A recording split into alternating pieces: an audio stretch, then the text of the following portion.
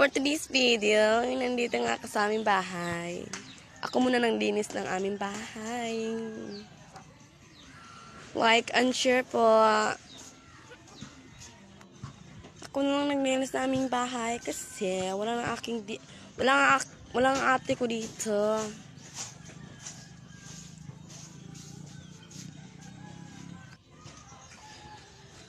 At ako